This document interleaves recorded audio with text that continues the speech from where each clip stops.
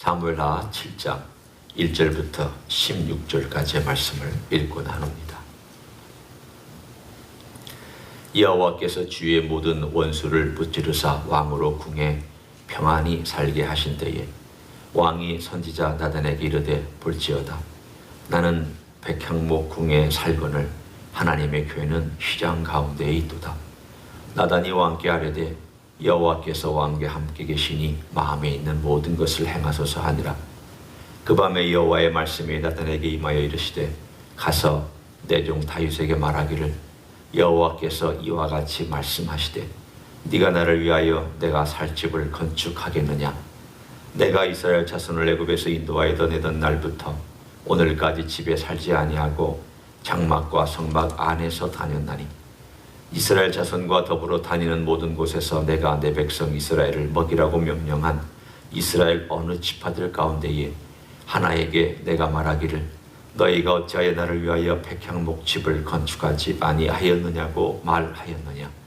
그러므로 이제 내 종 다윗에게 이와 같이 말하라.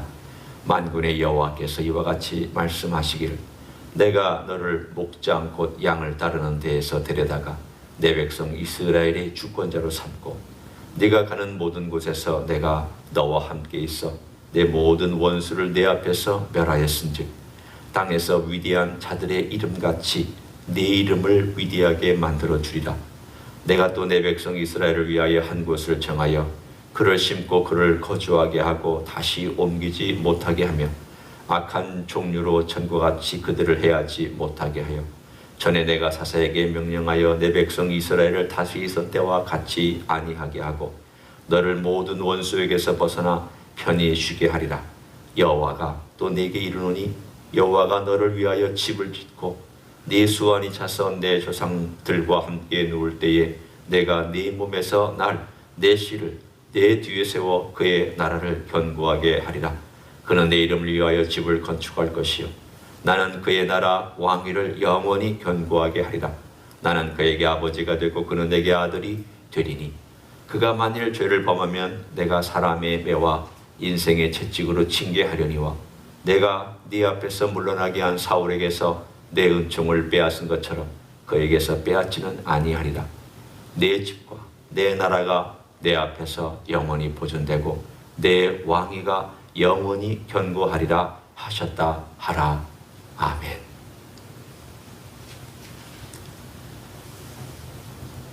다윗이 베들레헴에서부터 예루살렘까지 올라가는 데에 20년이 걸렸습니다.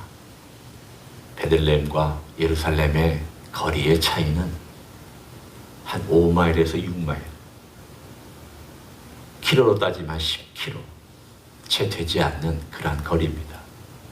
이 베들레헴에서 예루살렘은 거의 도시로 따지면 지척간인데 이 목동이었던 베들레헴의 한 촌에 있던 소년이 기름 부음을 받고 바로 5, 6마일 떨어진 예루살렘까지 가는 데에 20년이 걸렸습니다.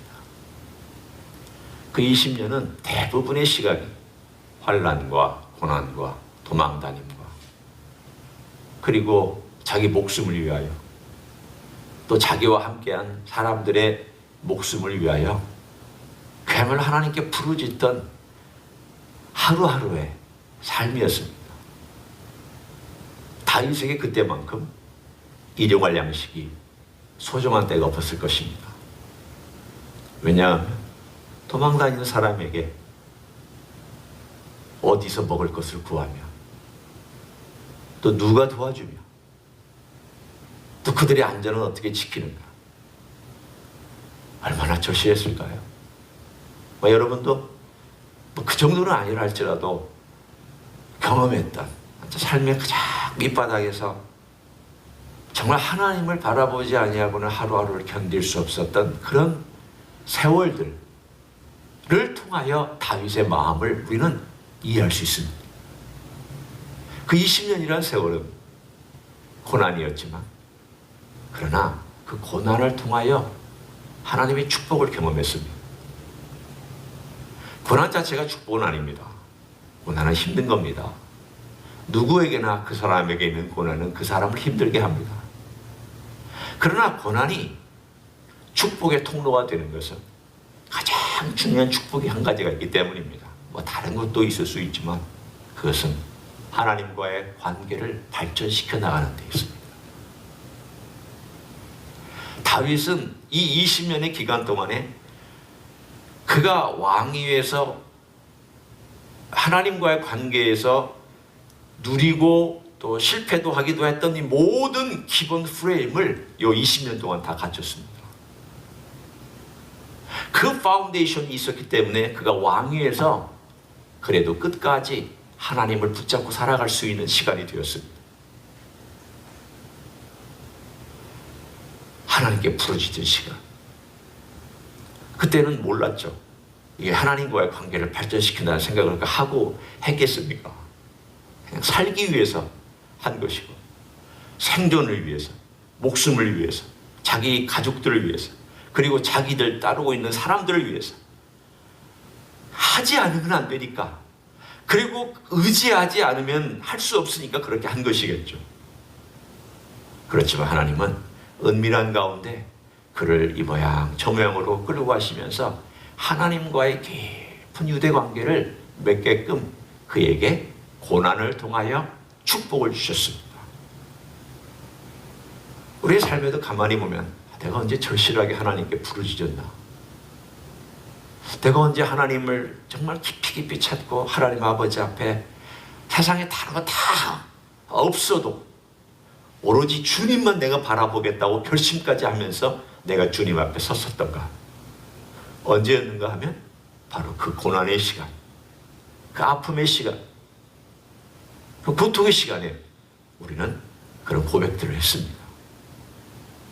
그런 고백을 하고 하나님과의 관계를 이제 사랑을 받고 그 20년 동안 도망다니다가 왕이 되어서 이제 하나님의 사랑이 들여다보니까 하나님이 다 해주셨구나. 그 모든 순간순간을 다 되돌아보니까 그때 하나님이 이렇게 해주셨지. 그때도 또 하나님이 이렇게 나를 보호해주셨지. 하나님이 이렇게 역사해 주셨지. 모든 구비마다 하나님의 손길이 닿지 아니한 곳이 없는 것을 그가 깨닫고 그의 마음속에 내가 하나님의 사랑을 많이 받았구나. 이제 내가 하나님을 위해서 뭘 할 수 있을까? 내가 하나님께 뭘 드릴 수 있을까? 오늘 바로 그 이야기가 7장의 이야기입니다. 7장의 처음은 다윗이 내가 하나님을 위하여 하나님의 집을 좀 세워야 되겠다. 하나님의 집을 세우려고 마음을 굳게 먹고 나단에게 물어봅니다. 내가 어떻게 하면 좋겠느냐고 물어보자. 나단이 얘기합니다. 당신의 마음속에 하나님을 위하여 있는 그 생각을 그대로 행하시면 되지 않겠습니까? 나단도 그렇게 얘기를 해줬습니다. 그 말을 하고 난 바로 그날 하나님께서 나단에게 나타나셔서 내 종 다윗에게 가서 이렇게 전해라. 네가 나를 위하여 내 집을 지키느냐. 이 말은 여러 가지 의미가 있습니다. 짓지 못할 것이다 라는 말도 있지만 근데 그 마음이 이쁘다 라는 말도 있습니다. 네가 그 마음을 품는 것이 귀하다. 내가 네 마음을 받아줄 수 있다. 하지만 성경의 다른 것을 보면 그렇게 말씀합니다. 너는 피를 많이 흘려서 내 집을 짓지 못할 것이다. 그 이야기를 하나님께서 그대로 마음을 받으시고 하나님께서 다윗을 향하여 주시는 메시지가 있습니다. 그 메시지는 다윗과 어렸을 때부터 했던 과거를 간단하게 추억하고 그리고 하나님께서 어떻게 그를 왕위에 올리셨는지를 얘기하고 그리고 미래에 영원한 데까지 하나님께서 말씀해 주셨습니다. 과거와 현재와 미래의 모든 것을 하나님께서 말씀해 주셨습니다. 그 안에 우리는 다윗의 언약이라고 하는 귀중한 언약까지도 있습니다. 그래서 우리가 잘 아는 내용이기 때문에 그 언약에 대해서 우리가 얘기하는 것보다 소중한 것은 하나님께서 어떻게 다윗이라고 하는 그 그릇을 빚어서 오늘 본문에 하나님께서 또한 더 아름답게 만드시고 더 축복해 주시는지에 대한 이야기를 오늘 바로 그 뒷부분에 저는 함께 나누고 싶습니다. 다윗의 사랑 고백을 하나님께서 받으시고 하나님께서 다윗에게 하나님의 사랑을 전달해 줍니다. 그 사랑이 오늘 묘하게 한 단어에 대한 똑같은 단어를 사용하는 데 있습니다. 한번 보십시오.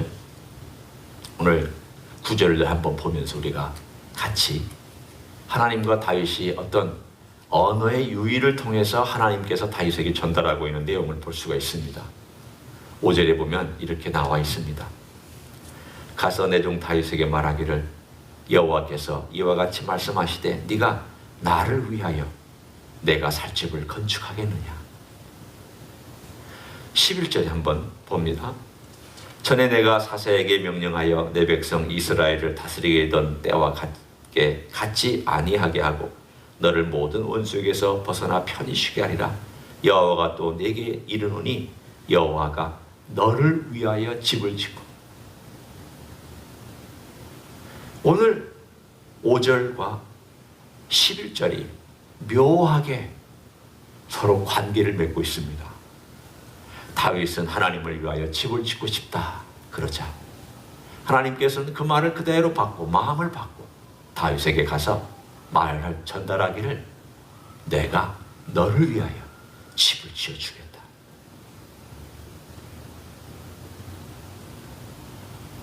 다윗은 하나님께서 이 말씀을 하신 것이 너무 황공하고 고마워서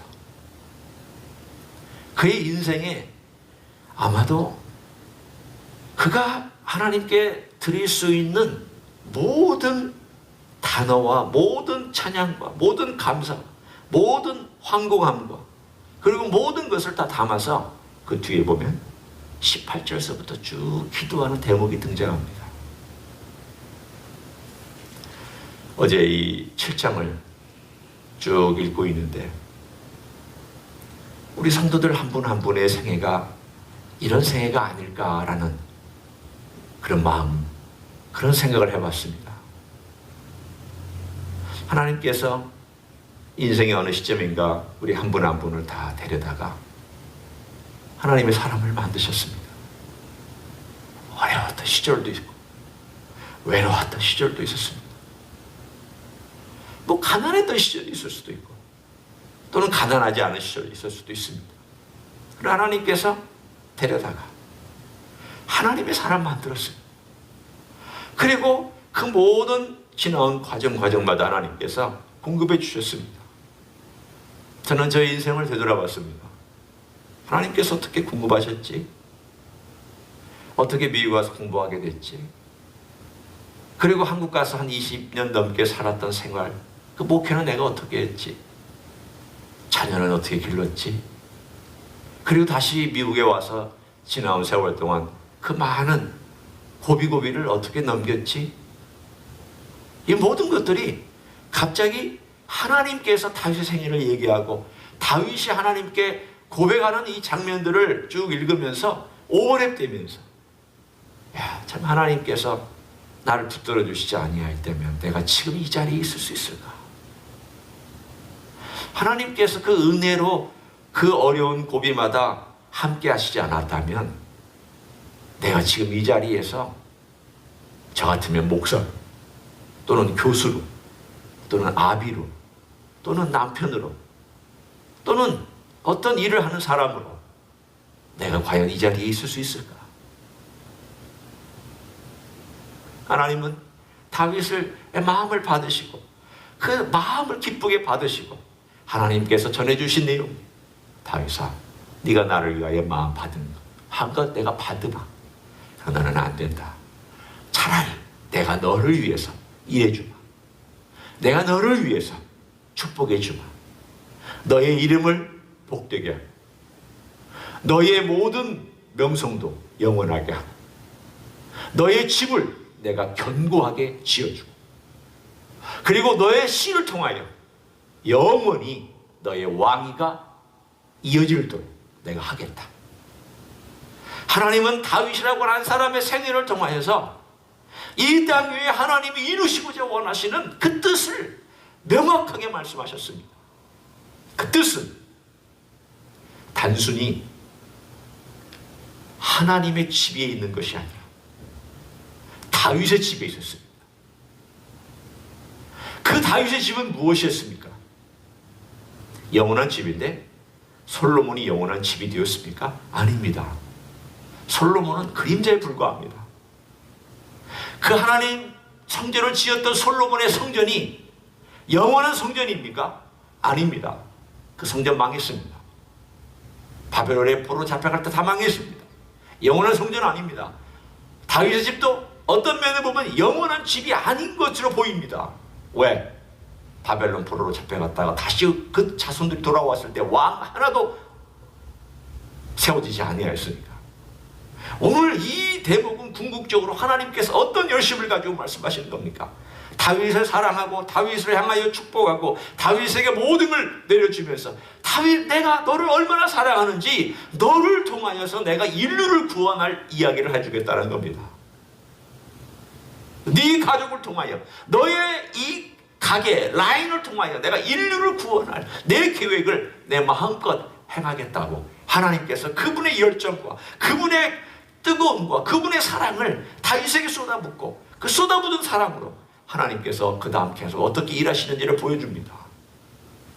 영원한 오늘 본문에 왕위와 영원히 보존되는 너의 나라, 너의 집 무엇을 의미하고 있습니까? 예수 그리스도를 정확하게 가르치고 있습니다. 오늘 다윗의 자손으로 오신 예수님은 하나님의 집을 지키기 위해서 왔습니다. 하나님의 집을 지키기 위해서 온 예수 그리스도는 다윗의 집 또한 세웠습니다. 다윗의 집은 인간을 의미하며 하나님의 집은 하나님을 섬기는 예배를 의미하고 이 두 가지를 다 이룬 분은 인간이시면서 하나님이신 예수 그리스도입니다. 영원한 다윗의 왕위에 앉아서 지금 통치하고 계시고 영원한 하나님으로서 하나님을 경배하는 길을 열어놓으신 분이잖아요. 예수님 자체가 사실은 성전이었고 예수님이 말씀하시기를 이 성전을 허물으면 내가 사흘 만에 짓겠다. 성경 그걸 말씀하시기를 예수님의 몸을 지칭한다 가르치고 있다라고 말씀했습니다. 오늘 이야기는 사뭇 하나님은 다윗을 바라보고 있으면서 예수님을 바라보고 있습니다. 하나님은 다윗에게 언약을 말씀하시면서 예수 그리스도의 얼굴을 바라보고 있습니다. 하나님께는 다윗과 예수님의 이야기가 동시에 겹쳐져 있습니다. 그 안에는 우리가 들어 있습니다. 왜냐하면 예수 그리스도의 그 언약 안에 들어온 우리는 다윗의 언약 안에도 들어와 있기 때문입니다. 그 언약 안에 우리가 들어와 있기 때문에 예수님의 피로 말미암아 그 언약 안에 들어온 우리가 예수님으로 말미암아 누리는 귀한 복들이 오늘 쭉 주님의 은혜와 주님의 우리를 보존해 주심과 주님과 함께 걸어가는 모든 삶의 기쁨들과 순간순간에 하나님께서 같이 해주시는 이런 모든 것들이 오늘 다윗의 이야기가 우리 이야기고 다윗의 이야기 예수님의 이야기고 또 예수님의 이야기가 또한 우리에게까지 전달되는 이야기인 줄로 믿습니다. 그래서 이 은혜를 받은 사람이 표현할 수 있는 감사가 이런 것입니다. 제 첫 번째 반응은 이런 것이죠. 하나님 제가 누구이길래 이 첫 번째 반응입니다. 은혜에 대한 첫 번째 반응은 감사가 아닙니다. 은혜에 대한 첫 번째 반응은 찬양도 아닙니다. 오히려 제가 볼 때 제가 뭔데? 제가 어떤 존재인데 저 같은 인생에게 그런 은혜를 주십니까? 그게 은혜에 대한 첫 번째 반응이에요. 몸둘 바를 모르는 거예요.